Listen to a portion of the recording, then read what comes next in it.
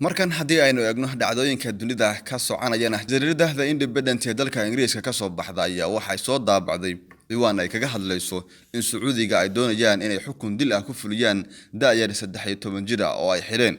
Da'yarkan oo la yiraahdo Murtaja Quraysis oo hadda 18 jir ah ayaa muddo 5 sanadood ka hor waxa uu ku qaatay gudaha xabsiga. Dadka xuquuqdooda aadanaha u ololeeya ayaa waxay ka digayaan in lagu rido xukun dil ah oo noqon kara daldalaad oo lagu qaadanayo eedeymo khatar ah oo loo soo jeediyay oo ay ku jirto inuu ku biiray koox argagixiso isla markaana uu ka qayb galay banaanbaxyo looga soo horjeedo nidaamka Sacuudiga. Ciidanka oo xabado lagu furay iyo in uu wax ka sameeyay bambo gacmeed lagu tuuray